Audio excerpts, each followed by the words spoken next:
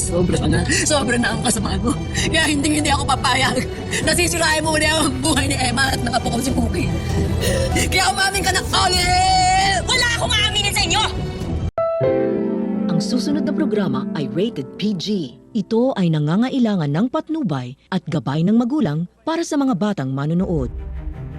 Patindi na po ng patindi ang eksena maging ang kaganapan na ating pagkatutukan at ating nga rin mang pagkasbaybayan dito lang sa ating pinagkakaabangan at pinagkakatutukan tuwing hapon na Mami Dearest. Sa huling 2 araw nga rin naman bago matapos ang ating pinagkakatutukan tuwing hapon na Mami Dearest ay matitindi nga rin naman kasing eksena at dito ay pagbabayaran na nitong si Olive ang mga malalaking ang kasalanan na hindi na nga rin naman palalagpasin pa nitong si Aling Ligaya na pagbayaran nga nitong si Olive ang malalaki nitong ginawang kasalanan.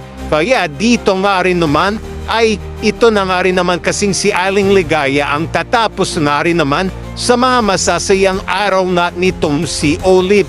Dahil dito hindi nga rin naman titigilan, miski ay hindi nga rin naman tatantanan nitong si Ligaya, itong si Olive sa mga ginawa nga rin naman ito at gusto nga nitong si Aling Ligaya na tuluyan na ngang matapos na ang pagpapanggap nitong si Olive na siya umano si G.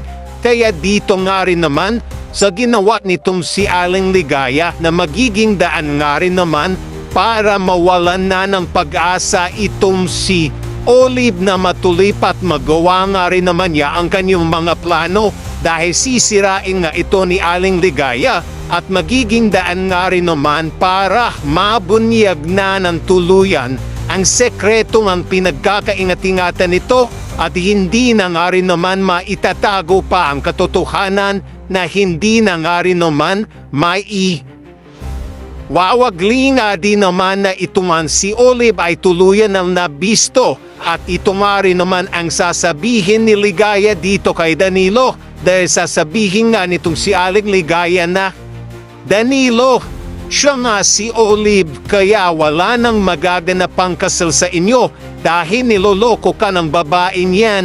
Ito na rin ba ang magiging daan para masira na talaga ng tuluyan ang mga pinagkakaingat-ingatan pa nga nitong si Olive na hindi malaman at ano nga rin ba ang gagawin nga rin naman itong si Olive bago nga rin naman matapos ang kanyang mga plano na ating pagkakatutukan.